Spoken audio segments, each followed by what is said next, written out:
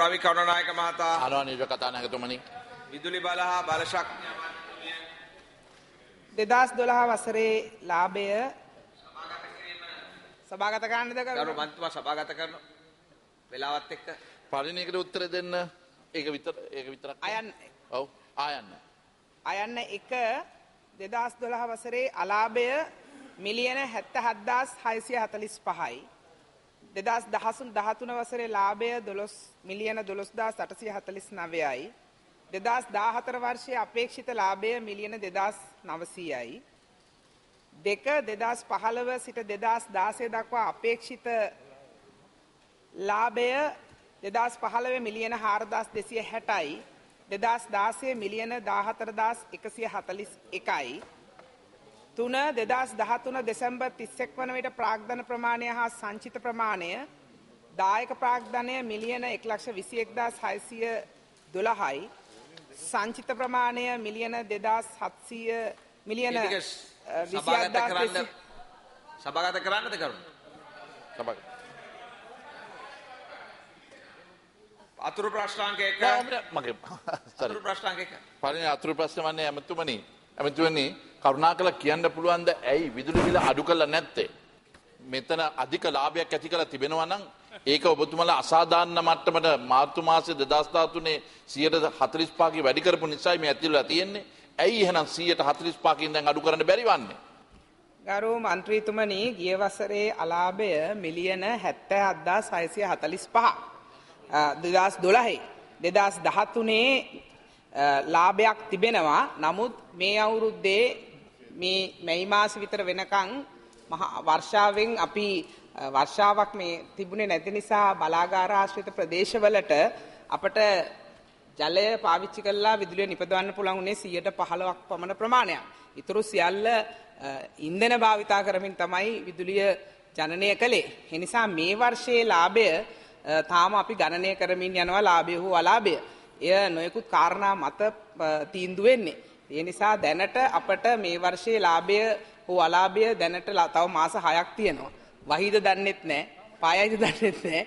ඒ නිසා ඒ වර්ෂ අවසානයේදී තමයි අපිට තීන්දුව කරන්න වෙන්නේ. ඒකේ සැබෑ උත්තරේ කෝටි 45880ක කැරි ෆෝවර්ඩ් loss. ඒ කියන්නේ ගෙනල්ලා තියෙන අලාභය තිබෙන නිසා නොවේද ඔබතුමාලා මේ විදුලි බිල අඩු කරන්න බැරි වෙලා තිබෙන්නේ. මේක තමයි කෝප් සಚಿವಾರ್ත ආවම සභාපතිතුමා හෙළිදරව් කරපු ස්ථාවරය. දේශපාලන මට්ටමට ඇයි ඔබතුමාලට ගන්න බැරි වන්නේ විදුලි බිල අඩු කරන්න? ඔබතුමාම කියවනේ අලාභයක් ඉස්සරහට ගේනවා කියලා. ඉස්සරහට අලාභයක් ගේනවා කියලා ඔබතුමාම කියනවනේ. ඉස්සරහට අලාභයක් ගේනවා නම් අපිට විදුලි බිල අඩු කරන්න පුළුවන් කමක් වෙන්නේ නැහැ. මේ අවුරුද්දෙත් අපිට දන්නේ නැහැ ගරු මන්ත්‍රීතුමා. මේ අවුරුද්දේ ඇත්තටම වහින ප්‍රමාණය අපි දන්නේ නැහැ නේ ඉදිරි මාසයේ වහිද කියලා. ඔබතුමාලගේ දූෂණ නිසා ඔබතුමා ඒ ආණ්ඩුවේ තියෙන දූෂණ නිසා තමයි ඕක වෙන්නේ. මම කරුණාකරලා දැන් කියන්න මම මේ හැම එකටම උත්තර දෙන්න ලෑස්ති. දෙවෙනි කාරණය ඒක සම්පූර්ණයෙන්ම ප්‍රතික්ෂේප කරනවා. විදුලිය ජලයෙන් නිපදවන විට ඊටාම ලාභදායී. හැබැයි ඉන්ධන භාවිතා කරලා නිපදවන විට විශාල මුදලක් යනවා. මේ වසරේ 85%ක්ම මැයි මාසයේ වනතුරු ඉන්ධන භාවිතා කරලායි අපි විදුලිය ජනනය කළේ. ඒ නිසා ගරු මන්ත්‍රීතුමා අපිට මේ ඉදිරි 6 මාසයේදී අපිට කියන්න බෑ කොයි විදියටද ලාභයක් අලාභයක් හරි. ප්‍රශ්න කෙටියෙන් ගහන්න ගරු මන්ත්‍රීතුමා. ජනාධිපතිතුමා ගිය අවුරුද්දේ මැයි මාසයේ මැයි දිනේදී කිව්වා මාස 6ක් ඇතුළත විදුලියේ ඉන්ධන ගැලපුම් ගාස්තුව අයින් කරනවායි කියලා. ඒ කියන්නේ විදුලිය වැඩි කරපු වෙලාවේ කිව්වා తాවකාලිකව ඒක දාලා තියන්නේ වහාම ඉවත් කරනවායි කියලා. ඇයි ලාභ ලබනවා නම් ඉන්ධන ගැලපුම් ගාස්තුව අයින් කරන්නේ නැත්තේ? මිනිසුන්ට සහන ලැබෙනවද? මන්ත්‍රීතුමා මමත් මේ මැයි දින රැස්වීම හිටිය ජනාධිපතිතුමා එවැනි ප්‍රකාශයක් කළේ නැහැ. කළේ නැහැ. ප්‍රශ්නාංක 13 ගරු බුද්ධික පතින මහතා. ප්‍රශ්නාංක 14 ගරු පී හැරිසන් මහතා. මම අහනවා ගරු සෞඛ්‍ය අමාත්‍යතුමාගේ නැසීමට ආණ්ඩුපක්ෂ ප්‍රධාන සංවිධායකතුමා ප්‍රශ්නාංක 14 මාසයක් කල් ඉල්ලනවා. ප්‍රශ්නාංක 15 ගරු අනුර දිසානායක මහතා. යෞවන කටයුතු හා නිපුණතා සම්බන්ධ අමාත්‍ය ගෞරවනීය යෝජක කතානායකතුමනි ප්‍රශ්නාංක 1 සභාගත කරන්න. සභාගත කරලත් බෑ වගේ ඒක තියෙනවා පොඩි අර උද්ඝෝෂණ දිනයි මේ වැඩමුළු දිනයි සමාන වෙලා තියෙන එකයි ප්‍රශ්නේ තියෙන්නේ. කමක් නැහැ සභාගත කරන්න. අතුරු ප්‍රශ්න නැත. දෙවැනි වටය පර්ශ්වාංක 4 ගරු බුද්ධික පතුල්න මහතා ආර්ථික සංවර්ධන අමාත්‍යතුමා. ප්‍රශ්නාංක 6 ගරු රංජන් රාමනායක මහතා. ප්‍රශ්නාංක 13 ගරු බුද්ධික පතින මහතා ආර්ථික සංවර්ධන අමාත්‍යතුමාගේ සභාගත කරනවා.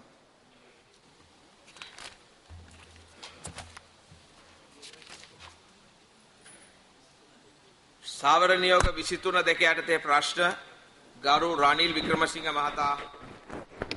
ගරු නියෝජ්‍ය කතානායකතුමනි මේ අපේ ප්‍රකාශය මේ නිරලවත් වාරණයට යටත් වෙලා තියෙනවද මන් දන්නේ මෙතන ලිපිවල තියෙනවා මාධ්‍ය වලට ඒගොල්ලෝ පාලනය කරන්න කියලා.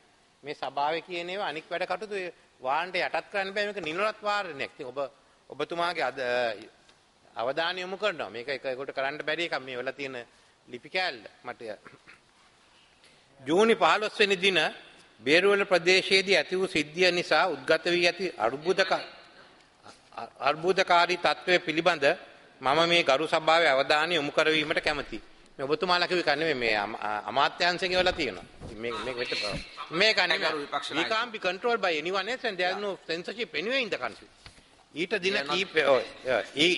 දින කීපයකට පෙර අලුත්ගම වෙළඳ සැලකට පහර දීමේ සිද්ධියක් භික්ෂුන් වහන්සේ නමක් ගමන් කළ වාහනයකට පහර දීමේ සිද්ධියක් සම්බන්ධ උණුසුම් තත්ත්වයක් ඇති වුණා. එතන කටකතාවගේ ඒ ස්වාමීන් වහන්සේ අත කපලා දාලා කියලා.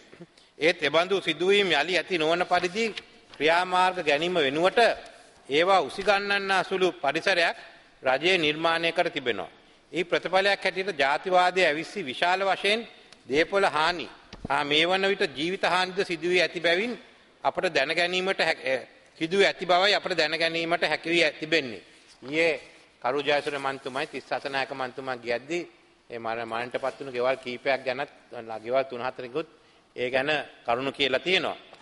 ජූනි 15 වෙනි දින දා අලුත්ගමදී බොදුබල සේනා සංවිධානයේ ඇතුළු සංවිධාන කීපයක් ප්‍රසිද්ධ රැස්වීමක් පවත්වා තිබෙනවා. මෙම රැස්වීමට පිටස්තර පුද්ගල වලින් බස් රථ වලින් සෙනග කැදවා තිබෙනවා.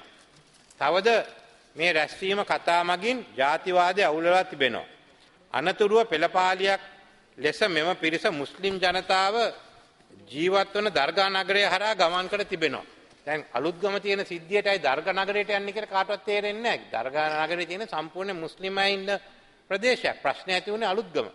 මේ සිද්ධිය සම්බන්ධයෙන් ප්‍රදේශයේ ප්‍රධාන ස්වාමින් වහන්සේලා රජය දැනුවත් කර මෙම ප්‍රශ්නය ප්‍රදේශයේ සිංහල මුස්ලිම් ජනතාවට සාමකාමීව විසඳා ගැනීමට හැකියාවක් තිබෙන බවත් ජාතිවාදයේ අවසන මේ ක්‍රියාදාමයට ඉඩ නොදෙන ලෙසත් ඉල්ලා තිබෙනවා.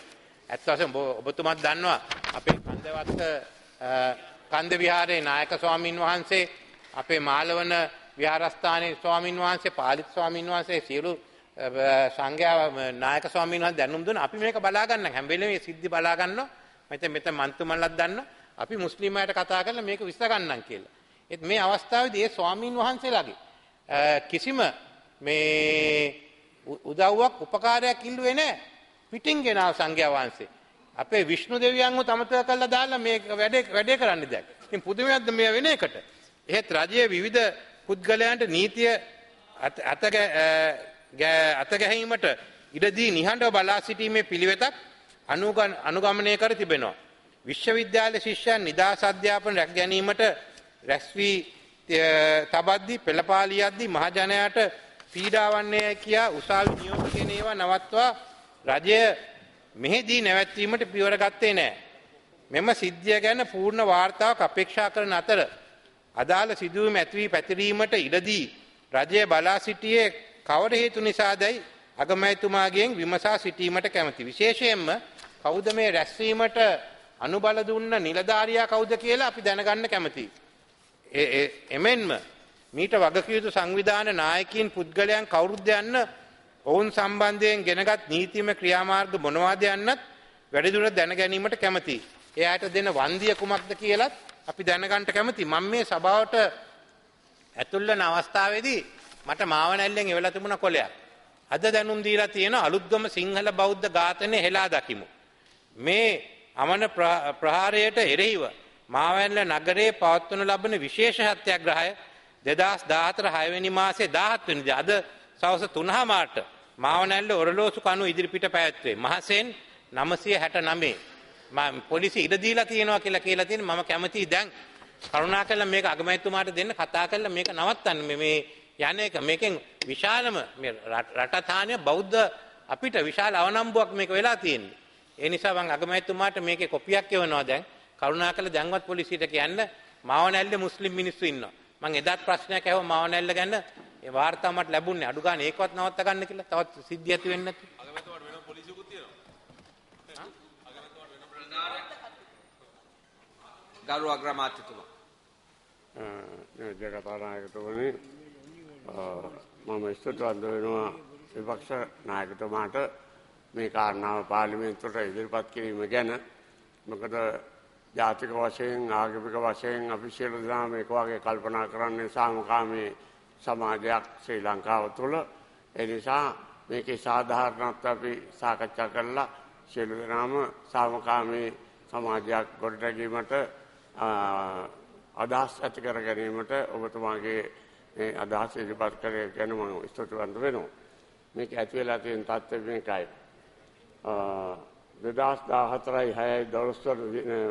2014 පොසොන් පොහොය දින ධර්ම දේශනයක් සඳහා වැඩම කරවන ලද පයගම සමිත ස්වාමීන් වහන්සේ ගමන් කළ වාහනයේ රියදුරු සමග ඇති වූ බහිම්බස් වීමක් දුරදිග ගොස් මුස්ලිම් අයෙකු විසින් උන්වහන්සේට පහර දීමක් මුල් කරගෙන මෙම සිද්ධිය ඇති වී ඇත. මෙම පහර දීමට සම්බන්ධ සහකරුවන් 3 දෙනෙකු අත්අඩංගුවටගෙන අධිකරණයට ඉදිරිපත් කර රක්ෂිත බන්ධනාගාරගත කරන ලදී. රෝහල් ගත කළ සමිත ස්වාමීන් වහන්සේ රෝහලින් බැහැර කළ දින එනම් ජූනි 15 වන දින මෙම ස්වාමීන් වහන්සේ පිළිගැනීමට ස්වාමීන් වහන්සේලා ඉල්ලා සිටි උත්සවයකට ඉඩ ලබා දෙන ලදී.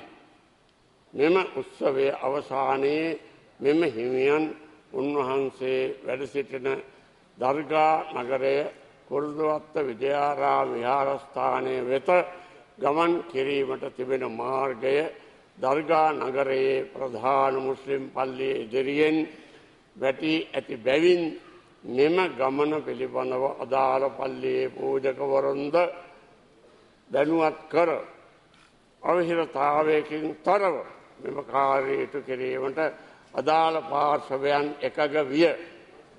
එසේ වුවත් ස්වාමීන් වහන්සේලා රැගත් වාහන මෙම මාර්ගයේ ගමන් කිරීමේදී යම් කිසි පිරිසක් විසින් මෙම වාහනවලට ගල් මුල් ප්‍රහාරයක් එල්ල කිරීම නිසා මෙම තත්ත්වය පැනනගී ඇත. මෙම සිද්ධියෙන් ප්‍රදේශයේ ඇති වූ උණුසුම් තත්ත්වය හේතුවෙන් සිංහල හා මුස්ලිම් වැසියන්ගේ දේපළවලට හානි සිදු වී ඇති අතර මෙම ගැටුම් හේතුවෙන් පොලිස් නිලධාරීන් 6 දෙනෙක්ද මාවරලේ සොධම්ම හිමි නැමැති භික්ෂූන් වහන්සේ නමක්ද සිංහල සහ මුස්ලිම් දෙපාර්ශවයේම 44 දෙනෙකු තුවාල ලබා රෝහල් ගත කර ඇති අතර ඉන් 2 දෙනෙකු දීවිශක්ෂයට පත් වී ඇත. මෙම සිද්ධිය සිදු වූ විගසම අලුත්ගම බේරුවල ප්‍රදේශවල මහජන දේපල හා ජීවිත ආරක්ෂා කිරීමට පොලිසිය හා විශේෂ කාර්ය බලකාය යොදවන ලදී. මෙම තත්ත්වය පාලනය කිරීම සඳහා පොලිසිය විසින් ගත හැකි සියලු ක්‍රියාමාර්ගයන් අනුගමනය කළ අතර ප්‍රධාන සිද්ධීන් පිළිබඳව රහස් පොලිසිය හා කොළඹ අපරාධ කොට්ඨාසය විසින් පරීක්ෂණ දැනටමත් ආරම්භ කර ඇත. දැනට කෙරීගෙන යන මෙම කටයුතු අවසන් වූ වහාම මෙම නීතිය හා සාමය කඩ කිරීම සඳහා වගකිව යුතු සියලුම පුද්ගලයන් අත්අඩංගුවටගෙන නීතිමය කටයුතු සිදු කරනු ඇත. මේ ශ්‍රී ලංකා පොලිස් දෙපාර්තමේන්තුව නිරතුරුවම මහජන ජීවිත හා දේපල ආරක්ෂා කිරීමට සහ නීතිය හා සාමය ක්‍රියාත්මක කිරීමට බැඳී සිටින බව අවධාරණය කරමි. මෙම ප්‍රදේශයේ වාතාවරණය සාමකාමී තත්ත්වයට පත් ඇති බව කළුතර දිස්ත්‍රික් ලේකම්වරයා සහ කළුතර පොලිස් අධිකාරිවරයා විසින් අද දින මා වෙත වාර්තා කරන ලදී. ඊයේ 16 වෙනි දින මම මෙම මුළු ප්‍රදේශයේම ජනතාව මුණගැසී ස්ථානයේ බලා සිංහල මුස්ලිම් පොදු ජනතාව ඉතාම මිත්‍රශීලීව කතා කළ අතර මේ සිද්ධිය ගැන සෑම දෙනාම කනගාටුව ප්‍රකාශ කළා. ඉතා සුළු පිරිසක් මේ අමතර සිද්ධියක් නිසා මේ තත්ත්වය ඇති වූ බව වැටහෙනවා.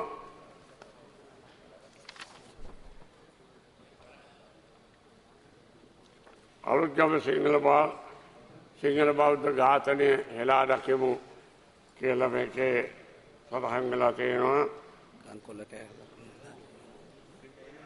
මේ සම්බන්ධයෙන් ගරු මැතිතුමනි මේවා සාමාන්‍ය මොනවා හරි පොඩි සිද්ධියක් ඇතුළාම මේක අද විතරක් නෙවෙයි ඉතිහාසයේ හුඟක් තැන්වල තියෙනවා. 1915 අවුරුද්දේදී ගම්පල තමයි මේ එක පටන් ගත්තේ. ඒ පටන් ගත්තක මුළු ලංකාවෙම පැතිරලා ගියා. ඒ වගේ තමන්ගේ ආගම ජාතිය ගැන අප්‍රමාණව වැරදි විදිහේ චින්තනයක් ඇති කරන පුද්ගලයන් නොඑක් විදිහට කල්පනා කරනවා. ඒ සම්බන්ධයෙන් තමන්ගේ නම දරා ගන්න තමන්ට ජාතිය ජනතාව ගැන ගෞරවයක් දක්වා ගන්න නොඑක් විදිහේ ක්‍රියාමාර්ගයන් අනුගමනය කරන බව. නමුත් දේශපාලන ක්ෂේත්‍රයට දැඩි විදිහට වැරදි විදිහේ ආගමික ජාතික හැඟීමක් කිසිම ආකාරයෙන් දේශපාලකයෙකුට තියෙන්න පුළුවන් කමක් නැහැ. සාධාරණ දේශපාලකයා ඒවා ගැන කල්පනා කරන්න ඕන. තමන්ගේ ආගම තමන්ගේ ජාතිය ගැන කල්පනා කරනවා වගේම අනිත් ජාතීන් ගැනත් ඒ හා සමානව කල්පනා කරන්න ඕන. මෙහෙම නැති පුද්ගලයෝ සුළු පිරිසක් සෑම සමාජයකම ලෝකයේ ජීවත් වෙනවා. ඒ වගේ සිද්ධියක් මේක. ඒ නිසා මේක එහෙම ගණන් ගත යුතු එකක් නෙවෙයි කියලා මම ඔබතුමාට කියන්න කැමතියි. ප්‍රධාන කටයුතු ආරම්භයේදී යෝජනා. Yeah, honorable leader of the opposition. ගරු අගමැතිතුමනි මම අහන්නේ අද මාවනැල්ලේ මේක රැස් වෙන එක හොඳ එකක් නෙමෙයි. මේක නවත්තන්න මේක පතුරෙන් ඉඩ දෙන්න එපා. එච්චරයි මගේ ඉල්ලීම වෙන එකක් නෙමෙයි. මේ මට බය වෙලා එතනින් ආවේ මට ෆැක්ස් කරපු කොලයක්. පොලිසියට දැන් දැනුම් දුන්නාම අනික ඔබතුමත් ගියා කරු ජයසුර මන්තුමත් ගියා අපේ මහලේකම්තුමත් හිටියා. ඒත් තාම සමතේකටපත් වෙලා නැහැ. අපි කියන්නේ අද පක්ෂ නායකයින් හැටියට අපි රැස් වෙලා මොකද්ද අපිට මේක නවත්තන්න පුළුවන් කියලා හිතමු. එච්චරයි අපි අහන්නේ. අපිටත් මෙතෙන්ට ඇවිල්ලා පක්ෂ නායකයාට දැන් හරි මේ වාදේ පටන් ගත්තාම අපි රැස් වෙලා මේ කතානායකතුමා කාමරේ කොහේ හරි කාමරයක අපි කතා කරගමු මොකද්ද කරන්න කියලා. අනික කන්දේ විහාරේ නායක හඳුරේම කතා කළා. තව කඩ කීපයක් පිච්චිලාලු. අපි කතා කරමු. අපිට කැමති නෑ මේ අද 12ට කඩ 3ක් පුච්චලා අපි කැමති නෑ මේක යන එකට. අපි නවත්තන්න ලෑස්ති. අපි පක්ෂ නායකයට මෙතන අපි එන්න ලෑස්ති. කතානායකතුමා ඔබතුමාලා අනික් පක්ෂ නායකින් ඉන්නවා. මේ ඔක්කොම අනික මම තව එකක් ඔබතුමා කියන්න වගේ මොනවා හරි වැරදි පෙරවලක් තියෙනවා නම් ඒකට පොලිසියට දැනුම් දෙන්න එච්චරයි තියෙන්නේ අගමැතිතුමනි. වැරදි වලට ක්‍රියාමාර්ගයක් අනුගමනය කරන්න ලෑස්ති කියන එක කොහොම පැහැදිලිව මේ සභාවට ප්‍රකාශ කරනවා. මම තව එක කාරණයක් මම කියන අපිට අද රැස් වෙන්න පුළුවන් නම් මම කියන්නේ එක උදාහරණයක්. දැන් මුස්ලිම් ඇමතිවරු ජනාධිපතිතුමා මුණ ගැහෙන්න බලාගෙන ඉන්නවා. ජනාධිපතිතුමා බොලීවියා ගියා. බොදු බල සේනාව බේරුවල ගියා. මේගොල්ලෝ තාම ජනාධිපතිතුමා හම්බෙන්න ගිහින් නැහැ. ඒ තත්ත්වයක් අපි දැන් හරි මුණ ගැහිලා මොකක් හරි කරමු. අපි මේක නවත්ත ගන්න ඕනේ. යෝජනා honorable යෝජනාව ඉදිරිපත් කරනවා. සභාව එකකද? හායි. යෝජනා අංක 2 අංක 2 ධර්ම යෝජනාව ඉදිරිපත් කරනවා.